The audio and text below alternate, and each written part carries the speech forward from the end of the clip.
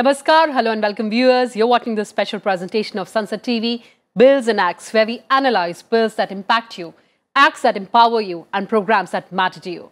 I'm your host Kriti Mishra, and today the spotlight is on the number of Supreme Court judges. Before the detailed analysis, let's take a look at the highlights. Parliament passed the Supreme Court Number of Judges Act. The sanctioned judge strength of the Supreme Court is 34, including the Chief Justice of India. The focus is on clearing pendency in the Apex Court. While the Supreme Court Number of Judges Act of 1956, as originally enacted, provided for the maximum number of judges, excluding the CJI, to be 10. This number was increased to 13 in 1960 and to 17 in 1977. The Amendment Act of 1986 augmented the strength of the Supreme Court judges from 17 to 25, excluding the CJI. Subsequently, the Amendment Act of 2009 further augmented the strength of the Supreme Court judges from 25 to 30. Though there has been no criteria for fixing the judge strength of the Supreme Court, in view of the number of cases pending disposal, an increase in the judge strength was considered by the government. And for deeper insights on the topic, I'm joined by an illustrious panel of guests. Joining us in the studio, Mr. Vivek Tankha, Member of Parliament, Rajya Sabha. He represents the Congress Party. Also joining us, Dr. Bharti, Professor of Law, National Law University. And joining us through virtual platform, Justice Madan B. Lokur, former Judge, Supreme Court of India. In the studio, we also have with us young and vibrant audience. I welcome all of you on Sansad TV and thank you so much for joining us. And Mr. Tankha, let me begin the program with you. Let's talk about the pendency of cases first, because we're talking about the increase in the number of judges in the Supreme Court. So 21 judges per million people. The pendency of cases crossing 4.6 crore mark across the courts in the country. Nowhere in the world judges are so burdened with the cases as in case of India. This is a structural problem and we need ambitious solutions. Your take on that, sir? Kriti ji, I completely endorse what you've said. In fact, I keep wondering that such a serious issue, why does it merit such small attentions? We look at just numbers. 34 judges for Supreme Court or 1,000 for High Court or some 10,000 for District Court and Sessions Court is not a number which pleases anybody. If you have 3 crore cases pending in district courts and subordinate courts, I suppose about 1 lakh or more cases in Supreme Court, I'm not sure the exact figure, lakhs and lakhs in high courts, what are we talking? Point is, we do patchwork. We think we create a few fast-track courts, we increase the number of judges by 5 or 10 or 2 or 4, depending on the size of the High Court or Supreme Court or district courts. We bring in commercial courts. You think the problem is solved? What we are doing is too little. And the problem is that there is no serious thinking for structural changes. You know the problem. Now, if you want to address the problem, first of all, there should be a discussion. There were discussions in the past, I recollect, when Gopal Subramaniam and Mr. Moily took the initiative, when I had just become ASG in 2010-11. And in Vigyan Bhavan, the whole judiciary and the political establishment deliberated for 3 days. What happened to that report? There was a constitution, rethink on Indian Constitution committee. I don't remember the nomenclature exactly. Mr. Parasaran and such legal luminaries were there. What happened to that report? Are we even looking at those reports seriously? What I'm trying to say is, if India was serious about judicial reforms, they should have had a 3-day session of Parliament exclusively on judicial reforms and taken suggestions from all the parliamentarians. Or 5-day session, whatever you call it. Prepare a report, prepare an act with consultations, for consultations. Nothing of that sort is happening. I mean, government is happy that judges and courts are happy. not the litigant. I feel that the emphasis of the government should be that the litigant is happy. Today, if the courts are happy, the government functions. There are lesser number of impediments in its functioning. But look at the plight of the litigant. I mean, the crowd that you see in district courts and civil courts, there's no place to sit. They're made to stand as if they are outsiders and alien to the system. So my whole purpose today is to re-emphasize, you need big structural changes with a new mindset. You need to reform legal education. You need to reform court system, the court delivery system, justice delivery systems. Maybe you need to create more appellate courts of Supreme Court in different regions, because it's not fair to expect people from Tamil Nadu to come to Delhi or from Northeast to come to Delhi for every civil litigation or criminal litigation. So the idea of New India should also be the idea of a new judiciary, a new setup, a setup which suits the volume and the aspirations. Absolutely, sir. But you also mentioned the role of Parliament here. Let me take that to Justice Lokur. Justice Lokur, Parliament passed the Constitution 99th Amendment Bill and the National Judicial Appointments Commission Bill. However, both these acts subsequently were challenged in the Supreme Court and were declared unconstitutional and void. Now, we understand that independence of judiciary is paramount, sir, but there's also a raging debate on the collegiate system. Your thoughts on that, sir? Yes, thank you for giving me this opportunity to speak. You see, the collegium system is now about more than 20 years old, right? It has worked fairly well over the last maybe 15 years or so, but it's only in the recent past that we've been having some problems in the functioning of the collegium system. What is the replacement for the collegium system, right? That is the question I think we need to ask before we switch over to something else. The system that was prevailing before the collegium system was that the Chief Justice of India would recommend a name for the Supreme Court and the government would normally accept it.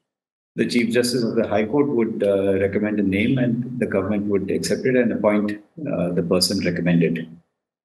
Now, what happened was that at that point of time, the government began to interfere in the appointments. They held back some appointments. They said, certain persons should be appointed and so on. And that eventually led to the collegium system being formed.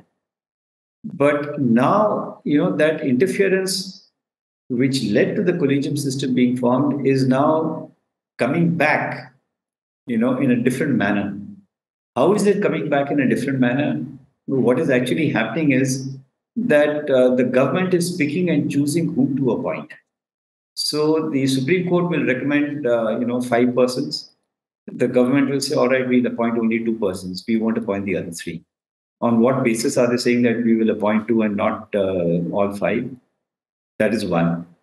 The second is that the government says, all right, we'll make the appointments, but we will decide when to make the appointments. It can be after 2 years. It can be after 6 months. And this is actually happening. So the government interference that was there earlier, prior to the collegium system, has now come in a different form in the present collegium system as it is operating today.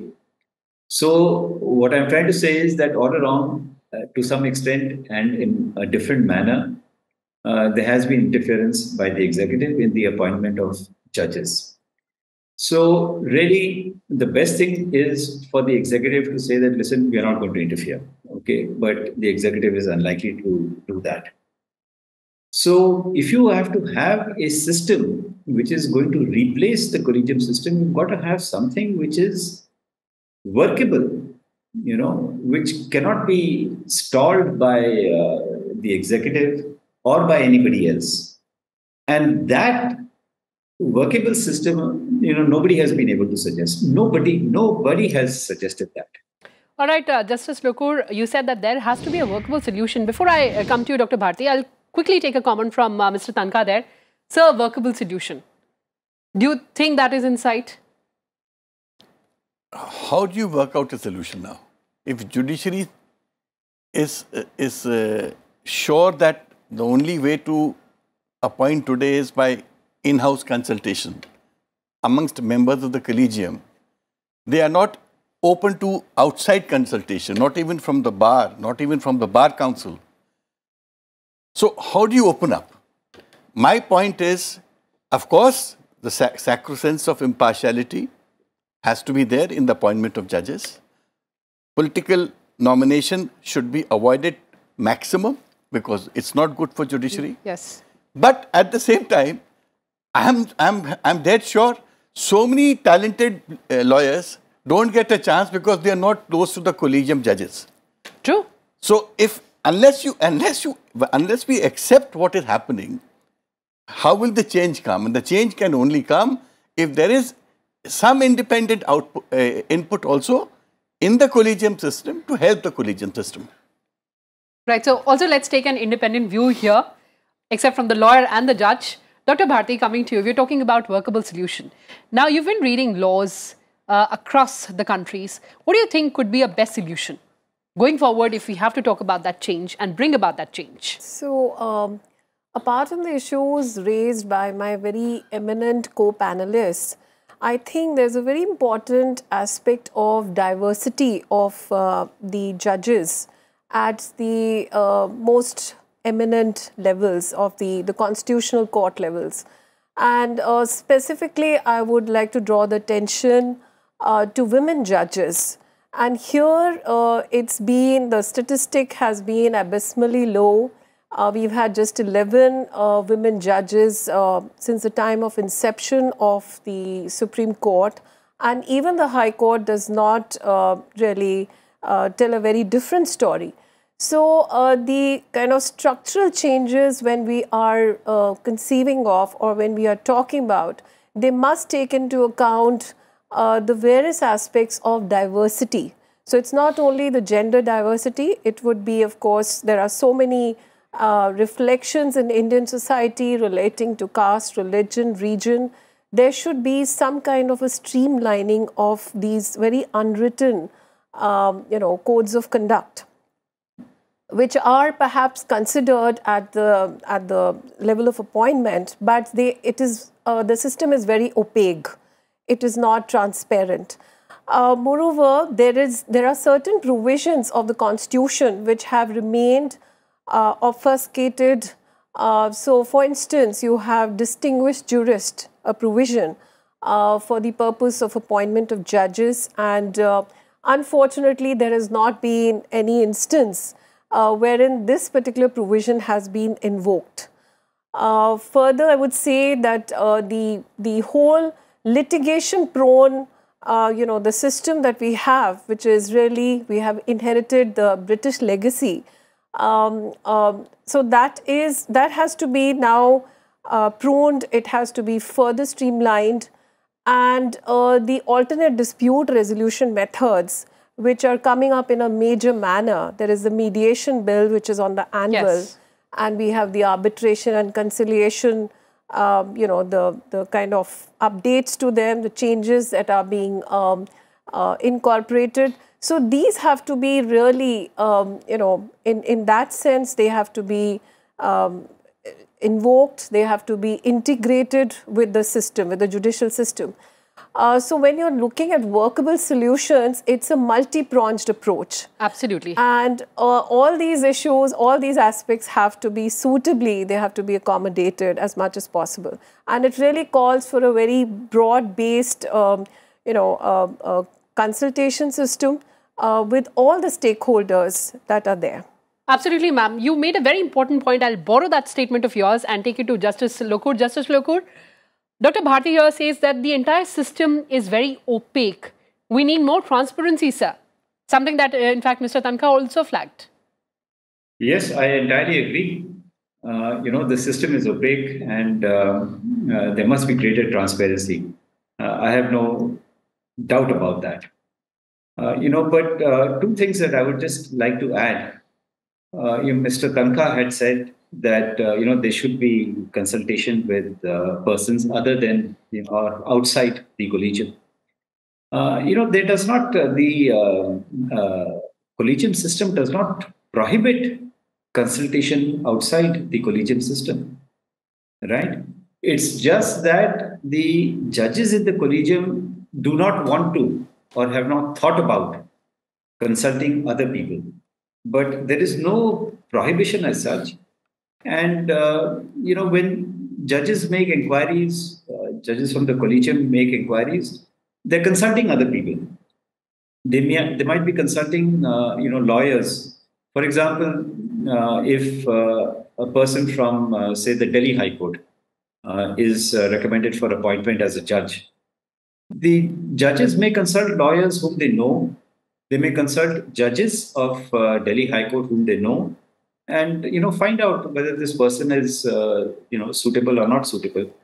So it's not as if no consultation takes place. Consultation does take place. It may not be a formal sort of a consultation.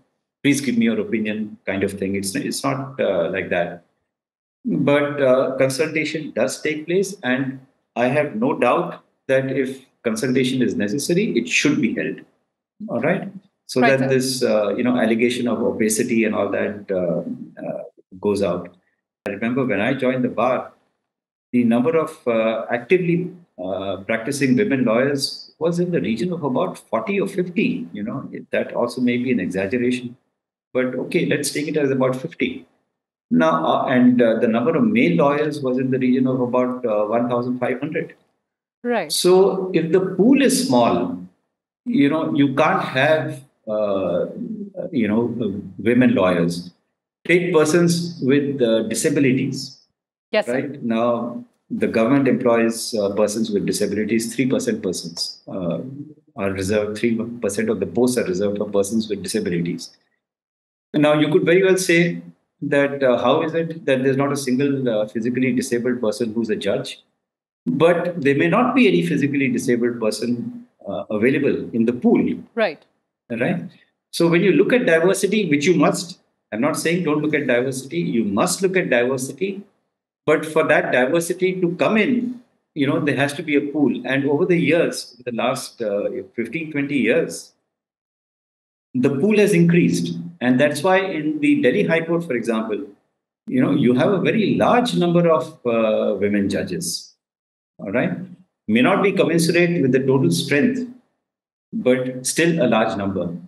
And as we've been saying that these are structural problems and we need sustainable solutions for that. On that note, let's take some questions from our audience here. Please go ahead.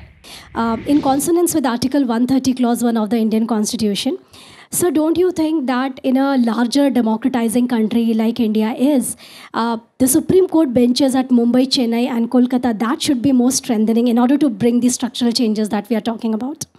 Mr. Tankha, something that you already Yeah, mentioned. something which I also, in a sense, spoke about. Yes. But to expand it further, you can't have 5 Supreme Courts in India, by the way. There has to be one Supreme Court. But you can have appellate courts, Supreme appellate courts for civil matters, for criminal matters, which end in a region. If there's a Western Region Court, there's an Eastern Region Court, there's a Southern Region Court, there's a Central Region Court. So it would help litigants from traveling. Right. But there is a solution to this also. If we were serious about virtual courts, so much money was spent during COVID times to equip the courts. No, that equipment is not being used. It's not even encouraged to be used. In fact, many courts have stopped using it. They've stopped the virtual system. But sir, the litigants also want a physical hearing. I mean, how do you blame the court entirely? No. It's the lawyers who resist. It's Okay. more than litigant, it's the lawyers who That's resist. your community then. Yeah. Yes. We went to about 7-8 courts as part of a parliamentary standing committee on the issue of virtual courts. Was one of the issues we were discussing with courts. They said, what do we do? The lawyers don't want virtual courts. The local lawyers feel threatened by people from outside who would take away briefs. So it's a vexed question. Yes. But as I said, my problem is in this country that you are looking at things from the point of view of judges and lawyers. You should be looking at them from the point of view of litigant. These courts are for litigants. We are only there to help the litigation. Absolutely. Point well taken. Let's take another question now. I wanted to ask what enough measures should be taken to save the court's time in the judicial reforms apart from the ADR mechanism? Dr. Bharti, would you like to take that one? So, when we are looking at saving courts time, then of course there can be the kind of adjournments which are there in different cases that has become a bane really for the fast movement of cases, and you hear of cases that are pending since innumerable years. So that has to be also looked into little more carefully. So the procedural aspects, they can be definitely, the merits of the case and the substantive aspects have to be looked into more. That cannot be evaded, that cannot be shortcut. But the procedural, the aspect of the litigation, that can be further, investigated and seen how it can be sufficiently proved. Like the order of a district court can be challenged in a high court, and a high court's order can be challenged in the Supreme Court. So don't you think that the mechanism itself is just creating the pendency too much? Let the justice answer that. Justice Lokur? I think best that he answers. One of the students says here that the structural problem lies within our judicial system. About appeals. Yes. That's a part of the judicial process everywhere in the world. You can't have, one person deciding and saying that, well, whatever you decide is correct. All right? That's true. You have a jury system, by the way, in some of the countries. The United States is one prime example. Where on a question of a fact, persons who are taken up from civil society form the jury and they determine a fact. But the law has still to be determined by the judge. All right? Right. And there's an appeal against that because the judge may be wrong. But members of the jury who are members of civil society are unlikely to be wrong unless there is some perversity or something. We did have the jury system in India a long time back, but it was disbanded, I think, in the 1960s. So, filing an appeal and all that is really a part of the judicial process. I don't think that contributes to the pendency. As Mr. Tankha rightly pointed out, that collegium does not take opinions from the outside. But sir, during the discussion of this bill, BSP leader Mr. Satish Chandra said that we should also include more scheduled caste people. To let people still marred by the ideas of caste, do you think it will be right for the collegium to take ideals from them? But gentlemen, let me also tell you that it's also about representation. Isn't that, Mr. Tankha? We, as citizens of India, we welcome that it should be, the composition must be as diverse as possible. Because if you really want to do justice in this country, you need diverse opinions to be there.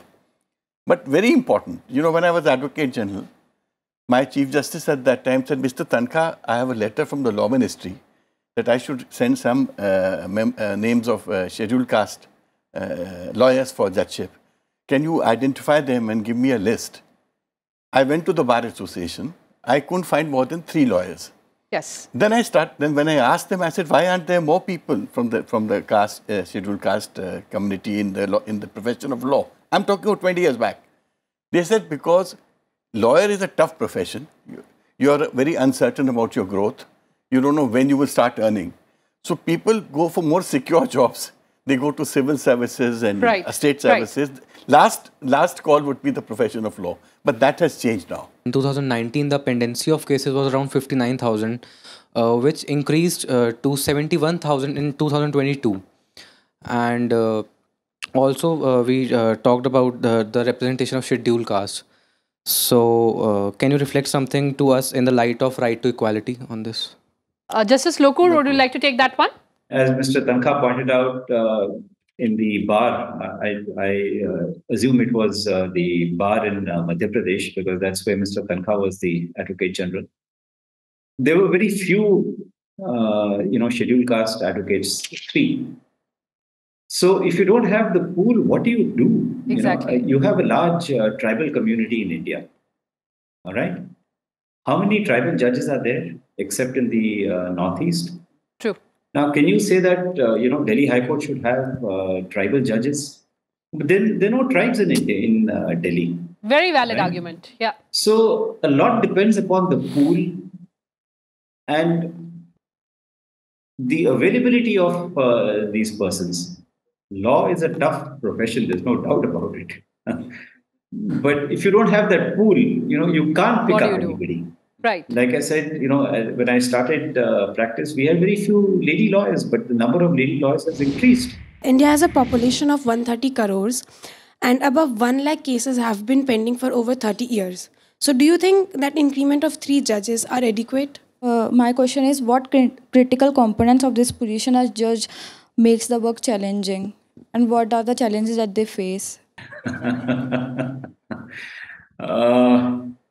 Yeah, well, it's difficult to say. The challenges that judges face. There's a lot of work. Let me tell you. Yes. There's a lot of work. Okay, and today we are getting good assistance from law students who come as interns. I've had some wonderful interns who are law students. So in that sense, the challenges have diminished. But there's also a lot of professionalism that has come in. Yes. In the sense that particular disciplines, you have regulatory laws. Okay, you have certain disciplines like intellectual property rights. Right. Which was there earlier, but the number of cases were few. So you have this specialization that is coming in. Right. You have professionals coming in.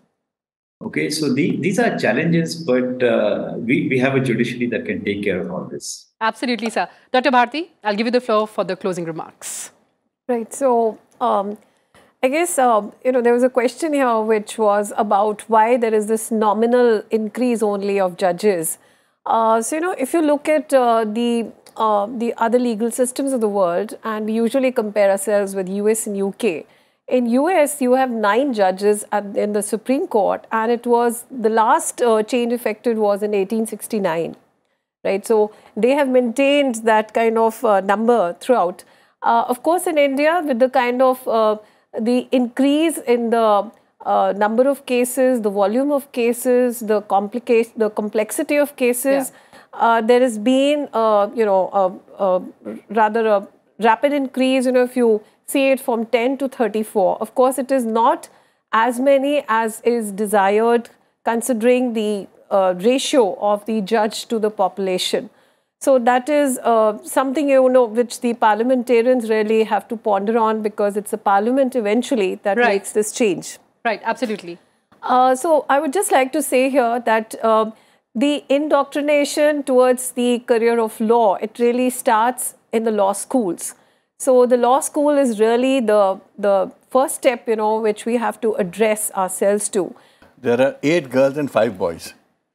We are happy for that, sir. This is the reflection of New India. Yes, sir, absolutely. And as also Justice Lokur said that we need a larger pool of women and for greater representation. I'm sure that's going to happen. But on that note, thank you so much for joining us, Justice Lokur, Mr. Tankha and Dr. Bharti, and wonderful audience here.